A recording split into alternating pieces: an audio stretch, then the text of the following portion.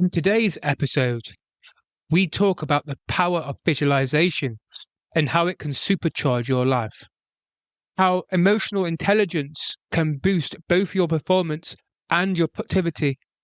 And we talk about how to bring things into your life effortlessly by going from a wanting to an allowing mindset. Welcome to Man Quest Define Meaning, where we help men navigate modern life, find their true purpose, and redefine manhood.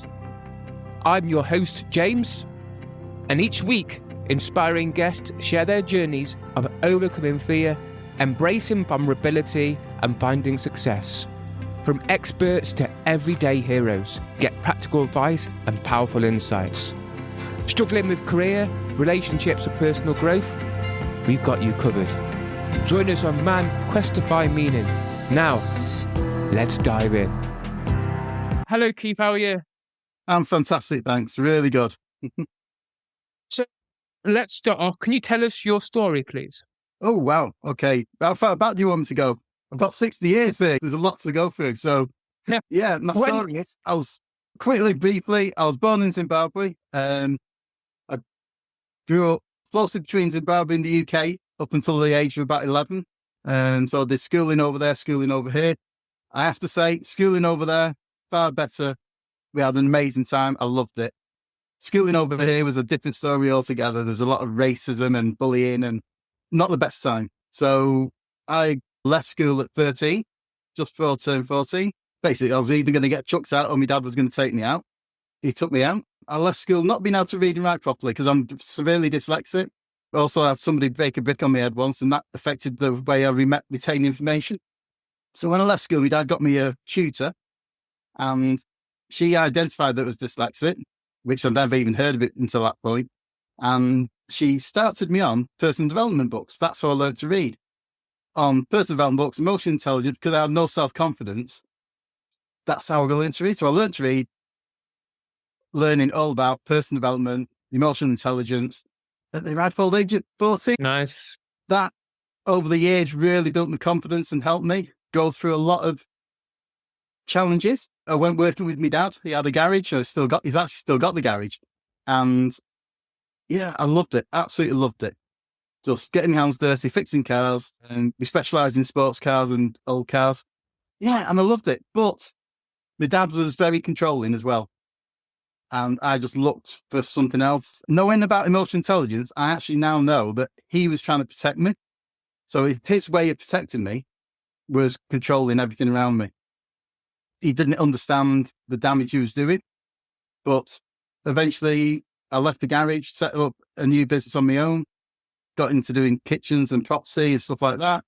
We had a clothes business at one point, and doing several different things, working really hard, burning out several times. I ended up in hospital through exhaustion a couple of times. So I wouldn't recommend working 7 days a week, 14-hour days. It's not recommended. Yeah, and then I just started loving working with people and helping people and watching the challenges. What the biggest change for me was surrounding myself with a group of people that were thinking the same way. They were looking to improve their emotional intelligence, improve on their self-development.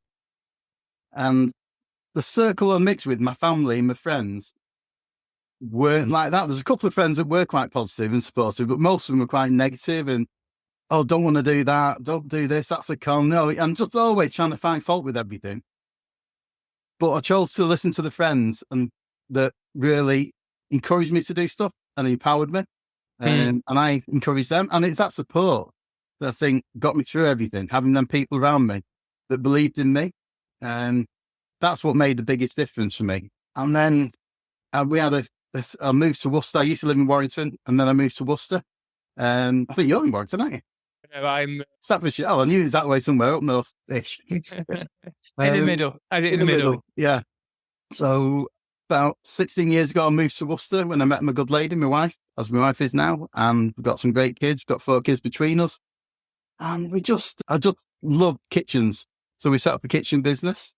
That was quite successful. We did things like grand design shows, DIY, SOS, other projects with people like that. But I started feeling out of love. I'd done kitchens for 30 years. And started falling out of love with it. And then the builder went bust and it put us out of business. But that was okay, because what I learned about with emotional intelligence, the power of it is when you have challenges, you always find the good out of it. You're always looking, okay, that's gone wrong. What do I do next? And what it made me do was focus on what I love doing, which was coaching people and running events. We set the company up Steps for You because I teach people the steps that they can use every day in their lives to improve their lives. And we set this up in 2011, but it's on the side. It's like a bit of a side gig alongside my business. Best thing that happened was losing my business. And then I said, right, I'm going full time, focusing on Steps for You. We'll push this business great. And then lockdown happened. It was like all the events we had booked got cancelled. It was challenging over lockdown, as it was for everyone, but we did Zoom calls. We helped people through their isolation and challenges that way. And that put me in a good place when we came out of lockdown, that we had a good client base that was there to help us get through everything. And now we're just putting on events, doing one-to-one coaching. I don't like the word coaching, it's one-to-one, because I guide people through their emotional intelligence journey and to where they want to be. We put on workshops, we do retreats, we do fundraising events. Yeah, so next year's looking really good. Things have took a turn for the better. Everything's good there. There's a very brief over 60 years. Nice. The good thing about the journey is it gives you lots of content to ask questions with. And if we go back to when you were at school and you got bullied, how did that impact you over the coming years? Oh, massively. Because it really it basically battered my self-belief. I had no self-belief when I left school. Apart from the one thing I did believe in, that I was never going to lose a fight. Because part of bullying, the way back then, and I would never endorse this, but the way I stopped the bullying was I started fighting back. The problem with that was I ended up getting a reputation for fighting. And it's not a proud moment, but it did stop the bullying. So it worked. But my self-belief in what I could achieve was like non-existent. And I had really low self-esteem. And that impacted me over, I'd say probably 10 years, because I didn't understand really, even though I was studying emotional intelligence and personal development, I didn't know how to apply it to get rid of all the blockages. So then beliefs were still there. And it was only probably about 16 years ago, I actually got rid of all the beliefs completely, all them limiting beliefs. I learned the tools and how to apply everything in a way that transformed me and just really stopped me thinking about all the stuff that could go wrong and start thinking of all the possibilities. And it was that switch, it's a mindset switch that goes from, oh, I can't do this, this could go wrong, to I can do this and this is possible and we can achieve it.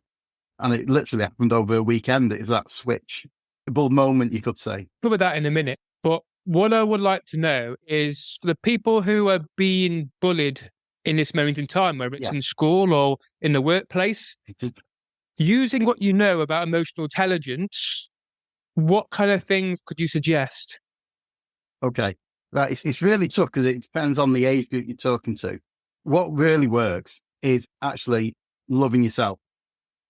It's really loving yourself and believing in yourself and forgiving the other person who's bullying you. And one of the things we teach people is when we work with people who are getting bullied, whether it's at school or in the workplace, is if you show love to the person bullying you, that person energetically will not be able to bully you. And we demonstrate this. We get people to get angry at someone and start screaming and shouting at them. And then the person they're screaming and shouting at, we say, all you've got to do is internally just say, I love you, I forgive you, I love you, I forgive you. And keep going through that process. And it takes the energy out of the other person. They cannot carry on shouting. And in the end, they just walk away laughing because you can't do anything. So there is techniques when you understand about emotional intelligence that you can use to take the energy away from a bully. And like I say, whether that's in the workplace or in school or in a domestic environment. I'm coaching somebody at the minute and she's come out of a domestic relationship, but her husband keeps peering. So we've gone through this process with her. And she just says it constantly about him. And now he comes and he's nice, really nice to her now, because he's no power over her. So it is it's a daily thing that you do. It's not something that you do once and it's cured. It's a daily exercise. Just like with exercising, you don't do it once and I'm all fit. You exercise on a regular basis. It's consistency. And the same with emotional intelligence. You practice the emotional intelligence on a consistent basis. Practice it daily. And it really helps if you've got people around you that you can do what we call buddy calls. So you can ring them up if something's coming up and they can help you with it. Or you just do a quick call in the morning or at the end of the day, 5-minute call, just to let go of all the stuff that's coming up for you. And it sets you up for a really good day then. So that's a really powerful thing to do. One of the most powerful things actually is that 5-minute phone call. Yeah, that makes sense, because there's the idea that so many people that I have interviewed have said that being able to speak to somebody about what's going on. Yeah. And I think it's the power of when we are holding this stuff inside us, this is when it's going to fester. Yeah. But if you almost tell somebody about it, it's almost like a release. Yeah, absolutely. Of what's going on. Yeah. So when you're suppressing emotions, so I was suppressing a lot of anger. That was the thing for me. What you find, but I didn't know I was suppressing anger. So people aren't often aware of what they're suppressing, because it'll be something. It could be something from your childhood or from early on in life, but you'll suppress all this rather than deal with it. Because if you haven't got the tools to deal with these issues, you won't know what to do. So what we do naturally, we suppress them, and it's like holding a beach ball under the water. It energetically just takes all that energy out. In this way, you get depression and anxiety and burnout, because you're holding all this energy down. And then suddenly it's just going to pop. It's going to come up. And it's like when you let go of a beach ball, it comes out the water, flies up. It's the same thing. So when you do this emotional intelligence work and you do the letting go of all the things that are coming up, it brings all the stuff to the surface, but you've got the tools to deal with it and get rid of it. And then life then becomes a lot easier and simpler, because you then react in a different way to situations. The same situations will happen. Things happen, things go wrong, but you react in a completely different way. Instead of getting stressed over it, you calm and go, okay, what can I take from this? What can I do? How can I resolve it? So your mindset changes around everything. So instead of being stressed, you look at opportunities. A great example was, we were at a retreat about 6 weeks ago, running a firewalking event at this retreat. And something happened with somebody on my team, a new member of the team, and somebody who was at the retreat. They had a bit of a falling out. I went out, I spoke to both of them, said, okay, let's sort this out. That could have gone disastrously wrong. What it turned out was, I've now got a really good relationship with the guy who had the falling out, because we talked about it and we came from, okay, what happened? No anger from me, just giving love, giving acceptance. Okay, this has happened, let's move on. And we had a really good conversation after it. And now we're looking to do some work together in the future. So you never know what's going to happen. So I always say, if something goes wrong, it's an opportunity to build on that and look for the good in it. Yeah. I think it's almost like sometimes society trains us to be not to be negative, but to think negative. Like, I don't allow myself to watch the news very often at all, because I know the news is always negative, and there's nothing, very rare there's something positive about the news. So I will stop myself watching the news, even though I know that my mum every morning, without fail, in a routine, will watch the news for however 10, 20, 30 minutes. And I was like, just shaking my head. But it's the idea that we almost need to reprogram ourselves to not necessarily think positive, because I think sometimes positive thinking, we can be too positive, but it's more about seeing things from a different perspective, a more positive perspective, and looking for the opportunities. Yeah, absolutely. Yeah, that's it. And like I say, everything, if you're grateful, the other thing is gratitude. If you're grateful for everything you've got, good and bad, then possibilities are endless. So if you're grateful for bad things that go wrong, because it's a learning, it's a lesson. What can I learn from that? What can I take away from that? Grateful for even if someone said, oh, you've got a great smile, or great to see you today. That's a positive. Be grateful for it.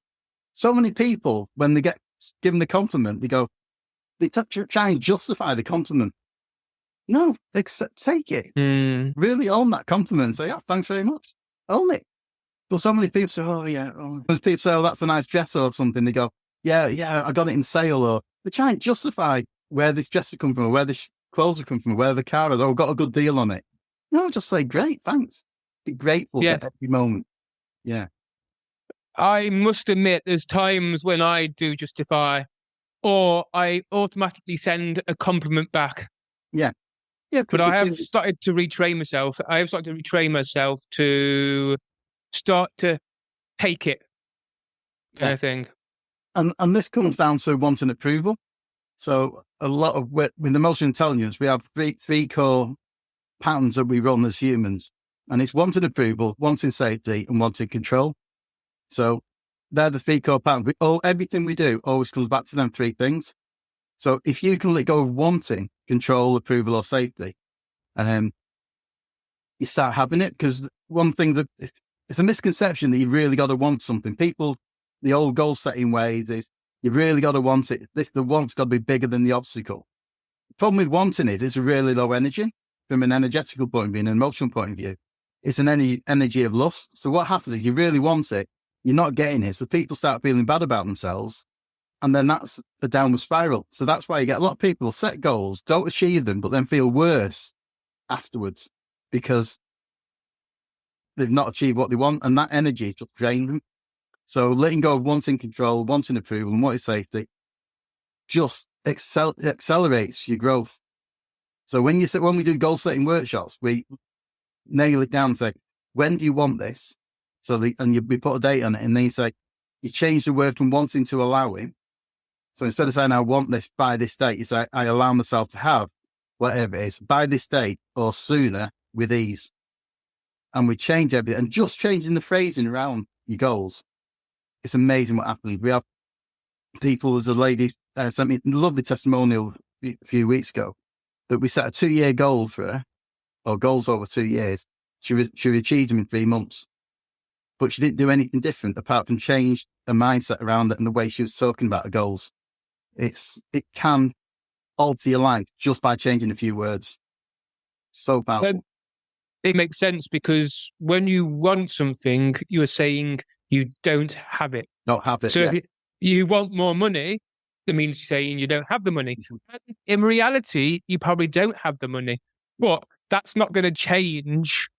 That's not going to change the mindset or seeing opportunities around you.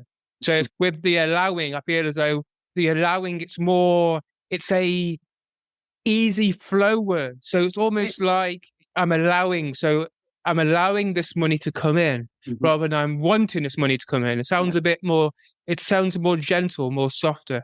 But energetically, if you just say, I want, and notice how you feel, and then change it to I allow, you just feel better.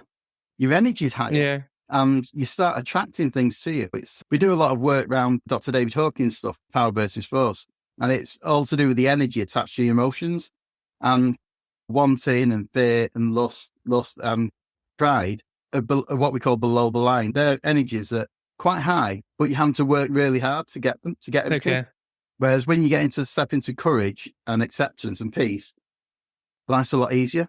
Things start happening for you rather than you have to work really hard to get them. So it changes the energy around you and things start to get attracted to you. You know? That's nice. So if there's somebody who's not even quite on the path of personal development or spiritual growth and they're feeling lost, how can they take the first steps from wanting to allowing? Just by looking at what it is that at the moment they want, and then change the wording around it, say, I allow myself to have whatever that is, by whatever date it is, or sooner, with ease. And if you want to put a figure, if it's saying money, you could say, one of the biggest mistakes people say is, I want to earn 50 grand a month or 50 grand a year. So they put this figure on it, and then they say they want to earn it. So the 3 things go wrong. They're saying, I want. They're saying, I want to earn it. And they're putting a figure on it, 50 grand. That's it. So what you should do is say, I allow myself to have 50 grand or more by whatever date it is or sooner with ease. So what that's doing is allowing you to have it. It's allowing you to have more than 50 grand and it's allowing it to come from other sources rather than have to work and earn it. Because you don't know what's going to happen in life. Yeah. The funny thing is, when I said the word I want, I was in my head. Yeah. When I said I allow, You're in I your body. automatically went into my body, into my heart space. Yeah, that's it. And that's what happens. And this is where emotional intelligence is. It's in your body and in your heart, because that's where the power is. Your decisions, if something happens, our body and our heart react before our minds. And what it does, it sends a signal to our mind, and our mind goes, and the subconscious kicks in and goes, we need to protect you. This is what's happened in the past. This is our limiting beliefs. And they then give you decisions based on them limiting beliefs. And most of the beliefs we have, and about 70 to 80% of them beliefs, are actually made up. They're not real. So when police want a police statement, they need to get it straight away, because they know the longer they leave it, the more we're going to elaborate on that, what we've seen or witnessed. And that's what happens with our beliefs and our memories. Over time, we elaborate, we build on it and build on it. So 78% of what we think happened hasn't really happened. And this is the problem. We're making decisions based on that information. Whereas with emotional intelligence, you're making a decision based on what your body's telling you, not on your beliefs. So it's like the woman's intuition. It's always right. Men have it. So we need to tap into that intuition and really feel what our bodies are telling us. And that's what I love about emotional intelligence. It's to somebody who perhaps doesn't know what they want. How do they go about figuring out what they okay, let's rephrase that. If there's somebody who doesn't know what they desire in their life and want to attract, because I use the word want, what can they do? Start with what they don't want. What is it they don't like? What is it they don't like about their life now? And what would they like to change about that? So if people working long hours, say for argument's sake, is stressed like I was, I found it really hard to look at what I did want, because I didn't believe in myself. So what I started doing was looking at what I didn't like about my life, and then changing one thing at a time, just changing one thing. Don't try and do it all in one go. Just do, okay, I don't like working long hours. Can I change that? How can I change that? Might be changing jobs, or it might be just going to your boss and going, I want to work less hours. My problem was I was my own boss. I had a partnership with my dad, and I was doing 7 days a week, 14 hours there. I couldn't go to myself and say, you're working too many hours, until I ended up in hospital. And then I thought, this is stupid. I'm going to end up dying. And it took me through a dark place. And sometimes you have to hit that rock bottom before you go, I've got to make a change. And that happened to me a couple of times, to hit rock bottom, and I wanted to make that change. And I did. And then it's then allowing people to help you do it. It's really difficult to do it on your own. And that's where a support group is so important. If you can be part of a group that's going to hold you accountable, and that's really important, to hold yourself accountable. But if somebody can hold you accountable, that makes such a difference. And again, just doing the daily calls with someone, holding each other accountable is really powerful. Accountability is key. Accountability, consistency, and support. And people say, I don't know anyone who thinks like that. Join a group like your group. It's, really hard to do it on your own. You need either a group or someone who's going to guide you through it. Like myself, that's what I do. I guide people through the journey. Let's try something. I'm your coaching client. Yeah. And I have no clue what I want. Okay. Could you give us, do we work for an example? Because then it just gives people a better idea of what we're talking about here. And there might be somebody who might be listening, who might be struggling. And I think giving an example might start to relay it in. So when I talk about stuff, it's not actually happening. I'll just make it up kind of thing. So usually the whole process we go through before this, but what is it you would like to change in your life? What are you not happy about in your life? If you don't know what this is, I would presume you don't know what you actually do want. Yeah, right. I'm not enjoying my job. I feel lost. I find it very depressive. I don't really enjoy the work that I'm doing. Okay. What would you like to do? In the ideal world, what would you like to do? Not sure. Okay. Is it you don't like about your job? It's depressing, long hours. Do you like, is it the people you work with that you don't like? Or I just feel it's not for me. I'm doing this job where I don't feel I'm really aligned with it. Yeah. And it feels tedious and it's repetitive. And it's just all these different ideas that just drain me when I come out. I have to go to sleep when I come back from work. Yeah. So again, that's a really common thing. People are working long hours. They're coming home stressed and tired. And we've got to change that. And could you reduce your hours? Do you think it's possible that you could reduce your hours? Probably not, no. Okay. Could you look for another job that you might think you might like? You won't know until you start it.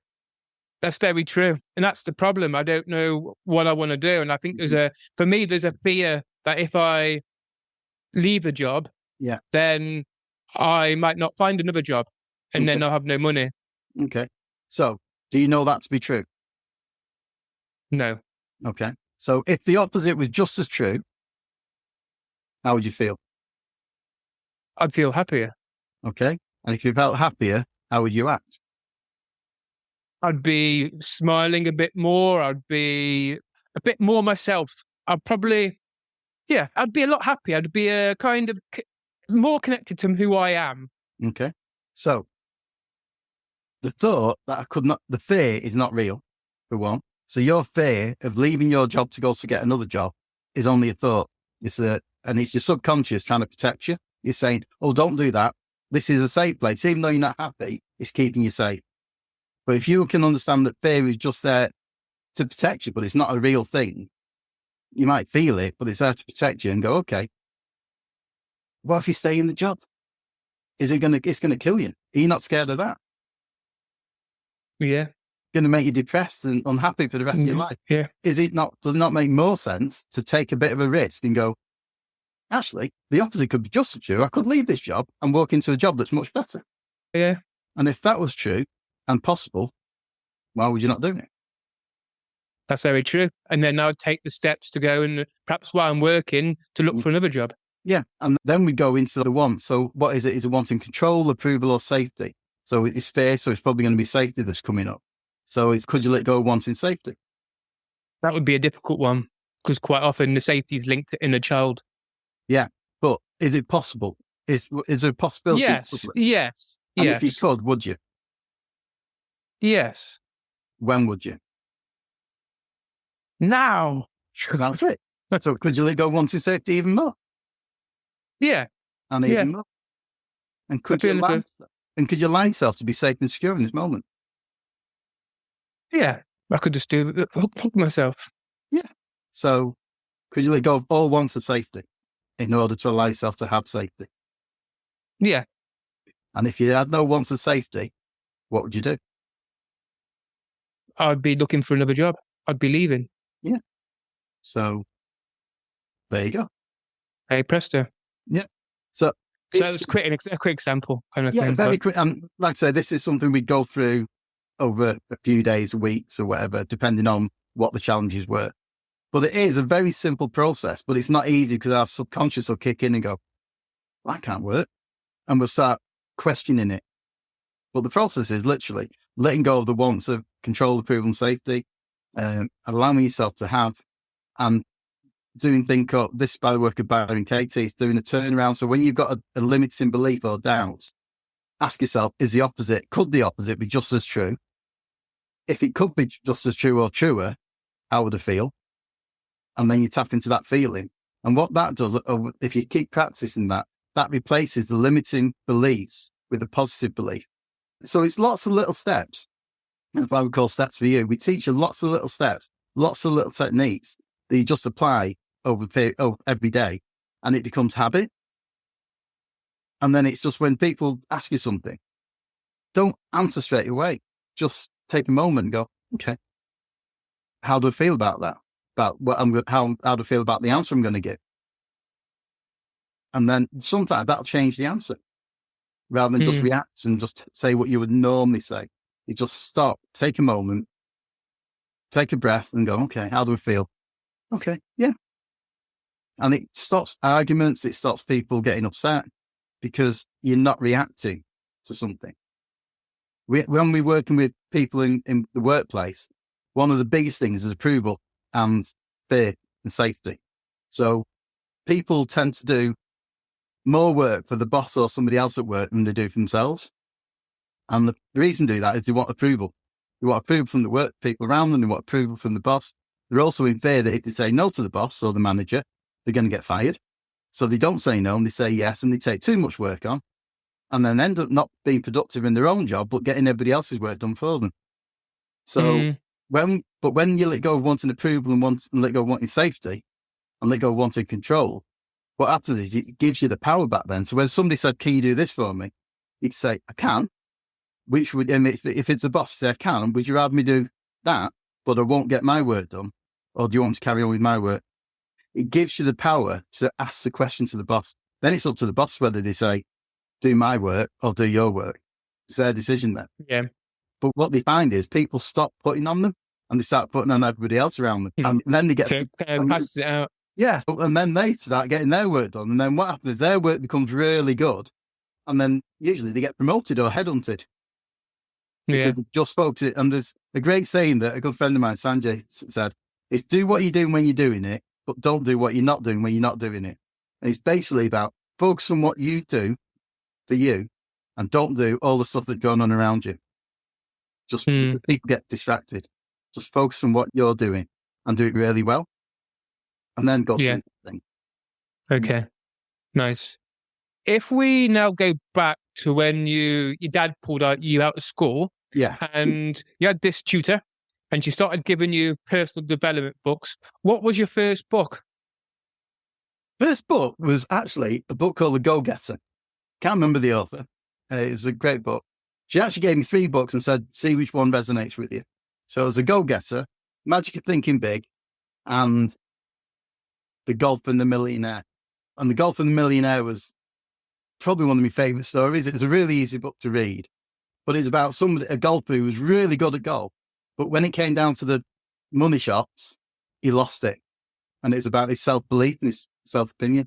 And it's about a millionaire taught him how to, because a millionaire said, if this guy, golfer, could put this ball every time until the millionaire went, let's put some money on it.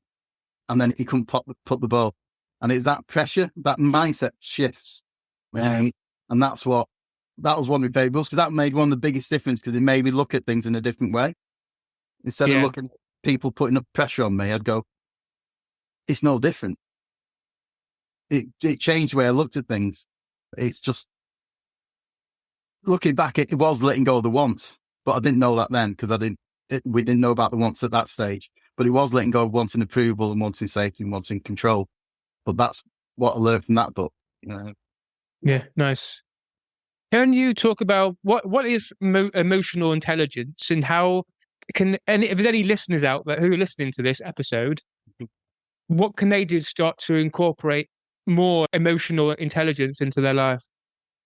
Just stopping and pausing before you do anything. First of all, be grateful. That's a massive thing. Be grateful for everything. Emotional intelligence is about gratitude. It's about paying attention to your body and coming out of the mind into the body, into the heart, and listening to your heart and listening to your body and your emotions. You'll start making clearer decisions. And the way to do it is just basically just stop and question things. Instead of just reacting, you just go, okay, how do I feel about that?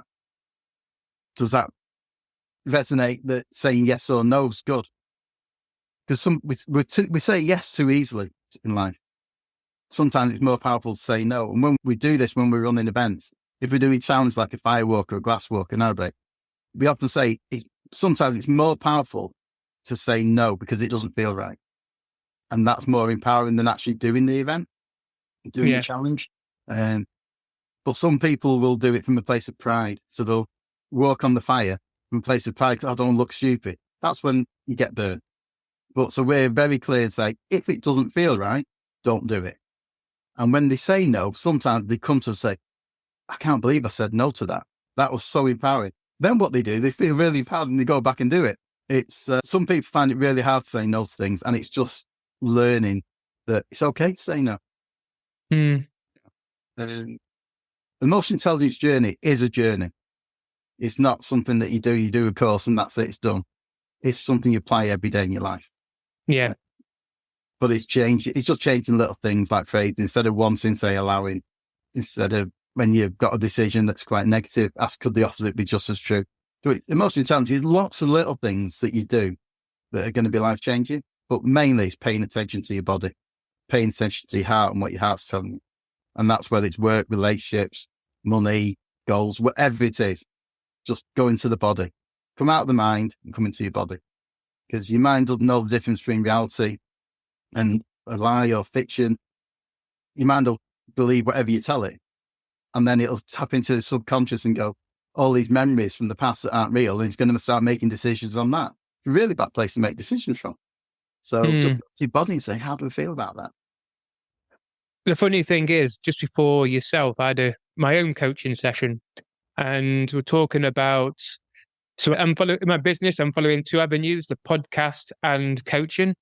So the coaching feels very flowy, it feels very easy, and it almost just feels effortless.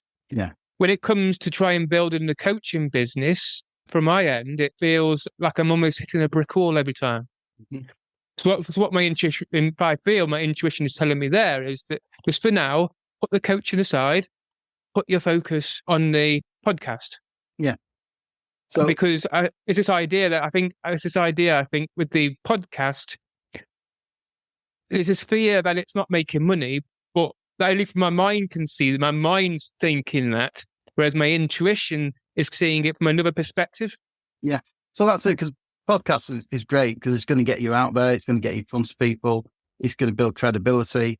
Podcasting is great. And it's big business now as well. So whether you make money from it or not, it's still a great form of advertising. When it comes to coaching is a really hard thing to do as a business. There's not many, there's thousands of coaches, but there's not many that make money from it. So the belief's got to be, why am I coaching? I do it because I love it, but I'm also got to make money. I've got to feed my kids. I've got to feed my family. I've got to pay bills. So I love what I do. I do have free coaching I give to people. So my thing is, if somebody comes on my event, I'll give them a month of free coaching if they come on one of my events. And then after that, if they want to pay for it, they'll pay for it. I got criticized for this the other day, but if somebody's got the money, I'm going to charge them. If somebody's struggling and they haven't got the money, I'm going to say, make a commitment, and it could be £5 a week, £5 a month, whatever they've got, as long as it's not going to stretch them. But I need them to commit to something, and I'll help them. So I will help somebody who hasn't got money, but I will charge people if you have got money. And I'm quite open about that. And somebody said, you should treat everyone the same. And I'm going, somebody gave me a chance when I had no money. And I'll never forget that, because that was life-changing. And they were open about it to me and said, look, when you've got money, I'm going to start charging you. And that's what happened. They helped me start earning good money, and then they started charging me. Yeah. Now, had they not helped me, I'd have been in a mess. I will help people if they genuinely need it, and they're genuinely going to commit to it. But generally, I will charge people. Yeah. Again, I digress a little bit here, but it's about feeling in to the coach as well. Yeah. And kind of connecting to your intuition. Is that coach right for me? Is this what I need, kind of thing? If we look back at, I can imagine in your life, there's been times where you might have struggled, where you might have had big challenges. How do you use emotional intelligence or your mindset to navigate the challenges? It's asking them questions. So, like I say, I lost my business before lockdown, I probably had a pity party for about 2 days where I threw my dummy out of the family. It's rip this bloke's head off, and there's just all sorts going through my head. Then there's all this blame, and this is where pride comes in. So when we talk about emotions, pride's quite an interesting one, because pride's the thing that you've achieved something, but then people get stuck in pride and they start blaming other people for things not working and becoming the dictator and stuff like that. I fell into this pride thing because it's like, what are people going to think? They always wanting approval from people. And lasted about 2 days. And then I went, I don't really care what people think. Things happen. What do I want to do? And it's that change in the mindset of going, instead of having a pity party and blaming everyone, it's just stopping and going, okay, what do I want to do now? I can't change it. So you accept what's happened. And then what do I want to do? Do I want to build another business up like that? Or do I want to focus on something else? But it's doing it from a place of what feels right, rather than all the emotion, all the thoughts going on in your head that's driving you crazy because you're angry and you're stressed with everything and you're tired and you're exhausted and you're just fed up. And you can't make a decision from that place. You have to go into the body and go, what feels right? And for me, it's like really pushing the coaching business to help people, because that's what I'm passionate about. So, yeah. Actually, we're doing the podcasts. I'm seeing some very common themes. So obviously the one you mentioned about your tribe, that was a common theme, but also not making decisions when you are angry. Yeah, never do that. So there's a guy called Graham, I don't know if Graham Frost. He knows, he's good friends with David Heiner. Yeah, I know David Heiner. Yeah. He was saying, he's talked about heart-shaped decisions. Yeah. And he said he always makes a heart-shaped decision when he's calm and at ease. Yeah. And I think it's because when you're angry, there's almost a sense that you're in your head. Oh, yeah, obviously, totally. And you can be in your body as well, but you're in your head when you're angry and you make rash decisions. Whereas I feel as though when you're calm and at ease and you're breathing, you're allowing yourself to breathe, which is a big thing as well, common thing. You're in your heart space. Yeah. So you can you can connect to your intuition on a deeper level. Absolutely. And that's what I said earlier is before you make any decisions, just learn to just stop for a moment, go into the body and go, how does that feel? What's my heart and my body telling me? And make the decision from that place. And that's what I said. It stops you having arguments. It stops you getting stressed. It stops you getting upset about things. Road rage is a common one. Somebody pulls out on you, people start, and their fingers go up and they start shouting. And somebody pulls out on me, I just laugh. I might say, oh, what an idiot. They probably aren't even aware they pulled out on me. Somebody did it the other day, actually. They pulled out on me. I was coming round the roundabout. They pulled onto the roundabout. I had to swerve to miss him. He started fingers up at me and everything. I'm going, you have to pull out on me. But I just laughed. And I laughed and waved at him to say, it's okay. He got really angry that I was waving at him. And I was like... Yeah, people do that. Yeah, so it slowed me down. I was like, oh. So I just pulled over and stopped and let him carry on a bit. And then I carried on. The early me, years ago, would have got out of the car and probably punched him. But that was before the emotional intelligence stuff kicked in and I understood about it. So you can react in a different way. So literally, as soon as he pulled out on me, the first instinct is you go, what an idiot. And then I just stop and I didn't do it on purpose. Probably didn't see me. And I just laugh about it then. He was really angry. But that's his choice.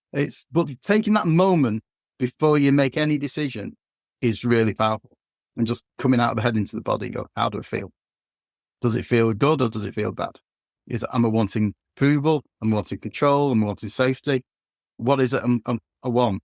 And then let go of that want and allow yourself to have it. Because you can't have something and want it at the same time. If you want something, you will never have it. But when you let go of wanting and allow yourself to have, you'll start attracting things and start getting things. That brings me on to my next question, which is, how does somebody go from in the head into the body? That's it. It is literally just stopping. If you've never done breath work, go and do some breath work sessions. Do meditation. Breath work and meditation are really powerful things to do. But it's literally just stopping, closing your eyes and just breathing. Just say deep breath in, deep breath out, and just hold that breath. And it just calms you right down. And at first it takes a while because you're not used to doing it. But the more you do it, the quicker it becomes and the quicker you start tapping into your body, coming out of the head. Like I say, for me now, it's quite an instant thing. Something happens. I go back straight to the body. How do I feel? Great. And I make that decision. But it is practice. It's like everything is not going to happen overnight. You've got to start practicing it and do it as a daily routine. You just stop. Meditation is great. If you can do meditation in the morning and in the evening, amazing thing to do. People meditate in different ways. I think it's great to meditate with some music and set an intention. Before you go into meditation, what's the intention? What is it I want to achieve today or tomorrow and my goals? Go in with it with an intention and then just lose yourself in the music. And it's amazing. You come out and things will start to happen, allow you to get them things that you've set the intention for. But if nobody, when just to get started, again, it's hard on your own. Work with a group of people who've done it, work with someone like myself, and I'll teach you the things to do. I'll teach you how to do it. I'm not one of these coaches that want you to book me in and we'll work together for the next few years. My goal is to teach you the things to do in like 3 to 6 months and get you on a journey that you're helping yourself. And then you come to me every now and again for a top up. You'll say, I'll run a retreat, and I'll say, come on the retreat, or I'll run a workshop, come on the workshop. But it's all about learning the skills and techniques that you can use yourself. Because there's lots of them. It's just putting them all together that's going to work for you. And it doesn't work for everyone. Some people, they don't want to do it, and that's fine. I'm okay with that. Some people like to go to therapists and talk about the problems and carry on doing that for years, and that's okay because that's what they want to do. Just to quickly, one thing that I do know when you want to move this is what I used to do. It was when I'm in my head, I allow myself to visualize, if people can visualize, themselves dropping. So the space in their head dropped down like a lava down into the body. Yeah. So they see gold lava. Mm-hmm. So you can use visualization. Yeah, it's great. I use elevator. I say, just imagine an elevator's going down. You're in an elevator going down into your body, and then the doors open, and its possibilities are there. How do I feel when then doors open? And just breathing, just doing that, relaxing, makes a massive difference. It's a really powerful thing to do. Visualization is massive. One of the things I think people should do is visualize what their perfect life would look like. How would they feel living that life now? Who would they need to be to become to live that life? And if you can visualize what your perfect life is going to be like in the future and say, okay, how do I feel about that? What kind of person would I be living that life? And like you said before, I'd be happier when we talked about moving jobs, leaving job, you'd be happier, you'd have more energy, you'd feel better about things. So if you can then start to live the emotions now of your perfect life in the future, things will start to happen for you. And that's the power of visualization. It's just such a powerful thing. One of the things we do when we teach people about how quick your thoughts can change your emotions and your body chemistry is I can't do it now because I've not got a lemon, but if you can imagine you're holding onto a lemon, and I've cut a lemon, you're holding this juicy lemon, and you can feel the juices drifting down your hand, and then you bite into that lemon, and you can feel all the juices running down, and you bite into the lemon, you get a big bite. What happens? You start to salivate. You can imagine the taste. You can taste it. You salivate. Your body starts to release chemicals into the stomach to ready for the lemon coming. But it's not real. It's a thought. And this is what fear is. And all these things, it's just a thought. We create these thoughts. But if you can change the negative thoughts and all these limiting beliefs for positive thoughts and positive beliefs, then you start healing yourself. You start not getting sick. You start feeling better about things. If you've got, my son's got a back problem, he's changed his thoughts around his back problem. He's lost that attachment to the pain. Now he's hardly got any pain. So you can get rid of chronic pain with this. I've got a good friend of mine. She specializes in using emotional intelligence to get rid of chronic pain. So without medication. So there's lots of benefits of using emotional intelligence in your life. Gets rid of pain, your performance goes up, especially for an athlete using emotional intelligence as an athlete. They do a lot of visualization, and they'll visualize winning a race or how they're going to do it, how they're going to perform. A Formula One driver will visualize the whole track, the whole race, how he's going to do it, what he's going to do on each corner. That visualization is so powerful. And people don't do it enough. Yeah, I think. Do you know what? This topics we're talking about is so much in these topics. It's unreal. So what I'm going to do is I'm going to ask you to come back to do a part 2, if that's okay. That'd be amazing. Yeah. I can talk about emotional intelligence all day. And yeah, I know. Yeah. That's what I'm thinking. We could do a whole hour on emotional intelligence. Yeah. So the people who are listening, what is it that you do and how can they get in contact? They can get in contact, either ring me or my emails. Yeah, my emails on my website's on there, but my email is info@stepsforyou.co.uk, or just connect with me on Facebook or LinkedIn. go onto my website. We're doing some work on the website in a minute, so don't go onto it just yet because that's being changed at the minute. But yeah, just drop me an email or a phone call. Open to phone calls. And I'm not a 9 to 5 person, so just give me a ring. Don't ring me at 2 a.m, though. So I might not answer them. But my number's 07544 256 799. Yeah. I will have a calendar link soon because, again, we're just changing the website and the calendar links come down. So we're going to change the calendar link soon. So you can book an appointment if you want. I'm not a fan of that. Just drop me a message, drop me a text, make a phone call, drop me an email. That's the best way. Yeah, nice. Yeah. And what do I do? One-to-one coaching, help you on your journey, on the emotional intelligence journey. Just give you that guidance of what you need to do. We put on workshops, we put on 2 and 3 day retreats. We run team building events for companies. So if you've got a company and you want an emotional intelligence workforce, it'll transform your business. It'll reduce mental health issues. It'll improve productivity, improve staff retention. It'll make people feel that they want to go back in the workplace. People don't want to go back to work. A lot of people are struggling going back into the office because they're used to working at home and they're really struggling with this. So this is a big thing we're working with companies at the minute, is that transition from working at home again to back in the workplace. And a lot of companies want people back in work. Some companies are happy to have a hybrid system where people can choose. So when we do team building, we work around that and we do a 6 and 12 month program with companies to help everyone through that transition. And it just makes the company more productive, a better place to do. We align the values of the staff with the company and do that. And then the other thing we do is we do fundraising events, for firewalking events for charities. So if a charity wants to raise money, we put on a firewalking event for them and they can raise anything from 15 to 50, 60 grand in a night. Yeah. So Nice. Really great way to raise money. Thank you very much, Keith. Cool. No, thank you. It's been a pleasure. Yeah. And look forward to that soon.